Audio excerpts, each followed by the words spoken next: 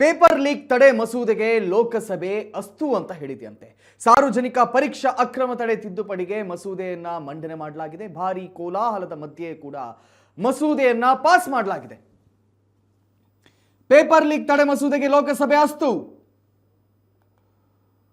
ಬಹಳ ಚರ್ಚೆ ಆಗಿತ್ತು ನಿನ್ನೆ ದಿನ. ಪ್ರಿಯಾಂಕಾ ಗಾಂಧಿ ಅವರು ವಾಗ್ದಾಳಿಗಳನ್ನು ನಡೆಸಿದ್ರು. ರಾಹುಲ್ ಗಾಂಧಿ ಅವರು ಕೂಡ ಇಡಿಯಟ್ ಅನ್ನುವ ಪದದ ಕುರಿತಾಗಿ ಬಹಳ ಚರ್ಚೆಗಳಾಗಿತ್ತು. ಬಳಸಿದಂತ ಇಡಿಯಟ್ ಅನ್ನುವ ಪದದ ಕುರಿತಾಗಿ ಇದೀಗ ಅಂತೂ ಇಂತೂ ಲೋಕಸಭೆಯಲ್ಲಿ ಅಂಗೀಕಾರವಾಗಿದೆ ಈ ಮಸೂದೆ. ನಿನ್ನೆಯಿಂದ ಲೋಕಸಭೆಯಲ್ಲಿ ನಡೆದಿದ್ದಂತಹ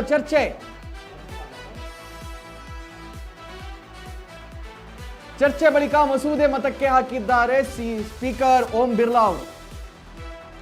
ಈ ಸಂದರ್ಭದಲ್ಲಿ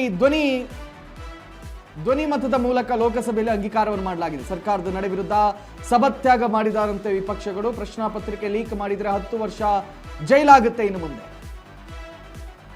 ಮತ್ತು 10 ಕೋಟಿವರೆಗೆ ದಂಡ ವಿಧಿಸಲು ಅವಕಾಶವನ್ನು ನೀಡಲಾಗುತ್ತೆ. 3 ತಿಂಗಳಲ್ಲೇ ವಿಚಾರಣೆಯನ್ನ ಮುಗಿಸಿ ಶಿಕ್ಷೆ ನೀಡಲು ಫಾಸ್ಟ್ ಟ್ರ್ಯಾಕ್ ಕೋರ್ಟ್ ಅನ್ನ ತೆರೆಯಲಾಗುತ್ತೆ. ಇವೆಲ್ಲವೂ ಕೂಡ ಈ ಮಸೂದೆಯಲ್ಲಿರುವಂತಹ ಅಂಶ. ನಾಳೆ ಬೆಳಿಗ್ಗೆ 11 ಗಂಟೆಗೆ ಲೋಕಸಭೆ ಕಲಾಪ ಮುಂದೂಡಿಕೆಯನ್ನ ಮಾಡಲಾಗಿದೆ. ಇದು ವಿರೋಧ ಪಕ್ಷಗಳ ನಡೆನೇ ಅರ್ಥ ಆಗ್ತಾ ಇಲ್ವಲ್ಲ. ಹೊರಗಡೆ ಜಂತರ್ ಮಂತರಲ್ಲಿ ಅಥವಾ ಪ್ರಧಾನಿ ಮಂತ್ರಿಗಳ ಮನೆಯ ಎದುರಿಗೆ ಪೇಪರ್ ಲೀಕ್ ಮಾಡಿದ್ಯಾಕೆ ಅಂತ ಹೇಳಿ ಪ್ರತಿಭಟನೆ ಮಾಡ್ತಾರೆ. ಆದ್ರೆ ಪೇಪರ್ ಲೀಕ್ ತಡೆಗೆ ಮಸೂದೆಯನ್ನು ತರಕ್ಕೆ ಹೋದ್ರೆ ಅದನ್ನು ವಿರೋಧ ಮಾಡ್ತಾರೆ. What is this? ಇದು ಏನು ಮಾಡಕ್ ಹೊರಟಿದ್ದೀರಿ? ಯಾವ್ದಾದ್ರು ಒಂದು ನಿಲುವನ್ನು ತೆಗೆದುಕೊಳ್ಳಿ. ಒಂದೋ ಪೇಪರ್ ಲೀಕ್ ಮಾಡೋದು ಸರಿ, ಇಲ್ಲ ಅಂದ್ರೆ ಪೇಪರ್ ಲೀಕ್ ಮಾಡಬಾರ್ದು. ಪೇಪರ್ ಲೀಕ್ ಮಾಡಬಾರ್ದು ಅಂತ ಹೊರಗಡೆ ಸಂಸತ್ ಭವನದ ಹೊರಗಡೆ ಹೇಳೋದು ನೀವೇ, ಒಳಗಡೆ ಈ ಕಾಯ್ದೆಯನ್ನು ವಿರೋಧ ಮಾಡೋದು ನೀವೇ. ಏನಾಗ್ತಾ ಇದೆ ಇಲ್ಲಿ ಅಂತ ಚರ್ಚೆ ಬಳಿಕ ಮಸೂದೆ ಮತಕ್ಕೆ ಹಾಕಿದ್ದಾರೆ ಸ್ಪೀಕರ್ ಓಂ ಬಿರ್ಲಾ. ಈ ಸಂದರ್ಭದಲ್ಲಿ ಧ್ವನಿ ಮತದ ಮೂಲಕ ಯಾರ ಕಡೆಯ ಧ್ವನಿ ಹೆಚ್ಚಿರುತ್ತೋ, ಯಾರ ಕಡೆ ಸೌಂಡ್ ಹೆಚ್ಚಿರುತ್ತೋ ಅವರೇ ಗೆದ್ರು ಅಂತ. अपने स्थान पर चले जाएं तो मैं सभी खंडों के सभा के निर्णय के लिए ಇಲ್ಲ ನಮ್ದೆಲ್ಲರದು ವಿರೋಧ ಇದೆ, ಈ ವಿರೋಧದ ನಡುವೆ ಕೂಡ ಅವರು ಮಾಡಿರೋದು ಸರಿಯಲ್ಲ ಅಂತ ಹೇಳಿಬಿಟ್ಟು ಸಭಾತ್ಯಾಗವನ್ನು ಮಾಡಿದ್ದಾರೆ ಯಾರು ವಿರೋಧ ಪಕ್ಷಗಳು. ಸೊ ಲೋಕಸಭೆಯ ವಿಡಿಯೋವನ್ನು ನಾವು ನಿಮ್ಮ ಎದುರು ತೋರಿಸ್ತಾ ಇದ್ದೀವಿ. 3 ತಿಂಗಳಲ್ಲಿ ವಿಚಾರಣೆಯನ್ನ, ಈ ಮಸೂದೆಯಲ್ಲಿ ಏನೇನಿರುತ್ತೆ ಅಂತ ಹೇಳಿದ್ರೆ, ಯಾರಾದ್ರೂ ಇನ್ನು ಮುಂದೆ ಪೇಪರ್ ಲೀಕ್ ಮಾಡಿದ್ರೆ ಫಾಸ್ಟ್ ಟ್ರ್ಯಾಕ್ ಕೋರ್ಟ್ ಅಲ್ಲಿ ಓಪನ್ ಆಗುತ್ತೆ. ಕೇವಲ 3 ತಿಂಗಳಲ್ಲೇ ವಿಚಾರಣೆಯನ್ನ ಮುಗಿಸಿ ಅವರಿಗೆ ಕಠಿಣ ಶಿಕ್ಷೆಯನ್ನು ವಿಧಿಸಲಾಗುತ್ತೆ. 10 ವರ್ಷ ಜೈಲು ಶಿಕ್ಷೆ ಮತ್ತು ಅಪ್ ಟು 10 ಕೋಟಿವರೆಗೆ ಅವರಿಗೆ ದಂಡವನ್ನು ವಿಧಿಸಲಾಗುತ್ತೆ.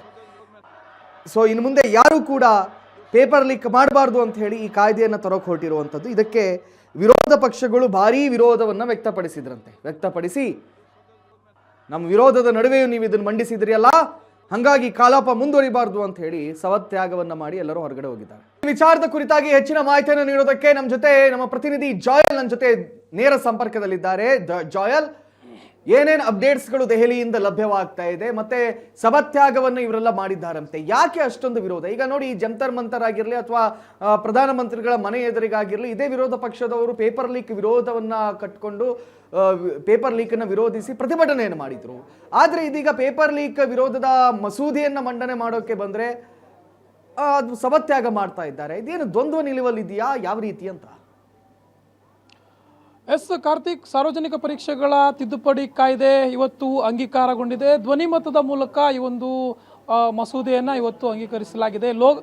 ಲೋಕಸಭೆಯಲ್ಲಿ ಈ ರೀತಿಯಾಗಿ ಒಂದು ಮಸೂದೆ ಅಂಗೀಕಾರವಾದರೆ ಇನ್ನು ಮುಂದಿನ ಏನು ಪ್ರಕ್ರಿಯೆ ಅಂತಂದರೆ ಇದು ರಾಜ್ಯಸಭೆಯಲ್ಲಿ ಕೂಡ ಮಂಡನೆ ಆಗುತ್ತೆ. ಅದರ ನಂತರ ಏನು ಕಾನೂನು ಪ್ರಕ್ರಿಯೆಗೆ ಒಳಪಡುತ್ತೆ, ಅಂದರೆ ರಾಷ್ಟ್ರಪತಿಗಳಿಗೆ ತಲುಪಿ ಅಲ್ಲಿಂದ ಕಾನೂನು ಪ್ರಕ್ರಿಯೆಗೆ ಒಳಪಡುತ್ತೆ. ಏನು ವಿದ್ಯಾರ್ಥಿಗಳ ಏನು ಸಾರ್ವಜನಿಕ ಪರೀಕ್ಷೆ ಏನಿದೆ, ಸ್ಪರ್ಧಾತ್ಮಕ ಪರೀಕ್ಷೆಗಳೇನಿದೆ, ಇದರಲ್ಲಿ ಆಗ್ತಾ ಇರುವಂಥ ಲೋಪದೋಷಗಳಿರ್ಬೋದು, ಒಂದಷ್ಟು ಏನು ಅಲ್ಲಿ ಆಗ್ತಾ ಇರುವಂಥ ಅಕ್ರಮಗಳಿರ್ಬೋದು, ಆ ವಿಚಾರಕ್ಕೆ ಕಟ್ಟುನಿಟ್ಟಿನ ಕ್ರಮವನ್ನು ಕೈಗೊಳ್ಳಬೇಕು.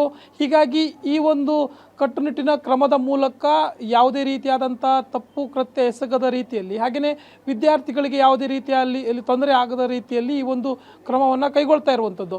ಅಂದರೆ ಪ್ರಮುಖವಾಗಿ ನಾವು ಗಮನಿಸಿದ್ವಿ, ಹಿಂದೆ ಏನು 3 ರಿಂದ 5 ವರ್ಷ ಇದ್ದಂತಹ ಏನು ಜೈಲು ಶಿಕ್ಷೆಯ ಏನು ಅವಧಿಯನ್ನು ಈಗ 5 ರಿಂದ 10 ವರ್ಷಕ್ಕೆ ಏನು ಹೆಚ್ಚಿಸಲಾಗಿದೆ. ಅಂದರೆ ಇಲ್ಲಿ ಒಂದು ಜೈಲು ಶಿಕ್ಷೆಯ ಅವಧಿ ಅಂದರೆ ಶಿಕ್ಷೆಯ ಅವಧಿಯನ್ನು ಹೆಚ್ಚಿಸಲಾಗಿರುವಂಥದ್ದು. ಹಾಗೆಯೇ ದಂಡವನ್ನು ಕೂಡ ಏನು 3 ಲಕ್ಷದಿಂದ 5 ಲಕ್ಷ ರೂಪಾಯಿ ಇದ್ದಂಥ ದಂಡವನ್ನು ಸೊ ಇಲ್ಲಿ 1 ಕೋಟಿ ರೂಪಾಯಿವರೆಗೂ ವೈಯಕ್ತಿಕವಾಗಿ 1 ಕೋಟಿ ರೂಪಾಯಿವರೆಗೂ ಹೆಚ್ಚಿಸಲಾಗಿದೆ.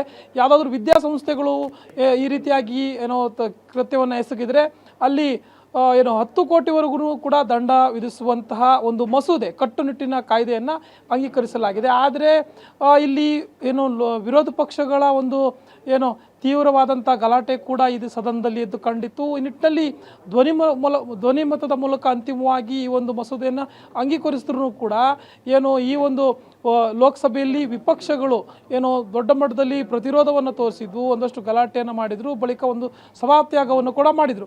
ಆದರೆ ಇಲ್ಲಿ ಪ್ರಮುಖವಾದಂಥ ವಿಚಾರ ವಿದ್ಯಾರ್ಥಿಗಳಿಗೋಸ್ಕರ ಈ ಒಂದು ಮಾಡಿರುವಂಥ ಕಾನೂನು ಮೊದಲನೇದಾಗಿ ವಿದ್ಯಾರ್ಥಿಗಳ ಪರ ನಿಂತಹ ವಿಪಕ್ಷಗಳು ಅಂದರೆ CJP ಇರ್ಬೋದು, ವಿದ್ಯಾರ್ಥಿ ಸಂಘಟನೆಗಳಿರ್ಬೋದು ಮೊದಲು ಪ್ರತಿಭಟನೆ ನಡೆಸ್ತಾರೆ ಜಂತರ್ ಮಂತರ್ನಲ್ಲಿ.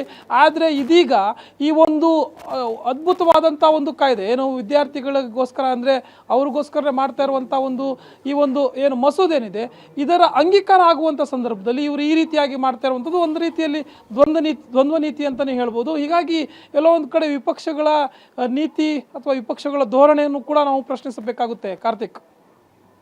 ಥ್ಯಾಂಕ್ ಯು ಜಾಯಲ್ ತಮ್ಮೆಲ್ಲ ಮಾಹಿತಿಗಳಿಗಾಗಿ.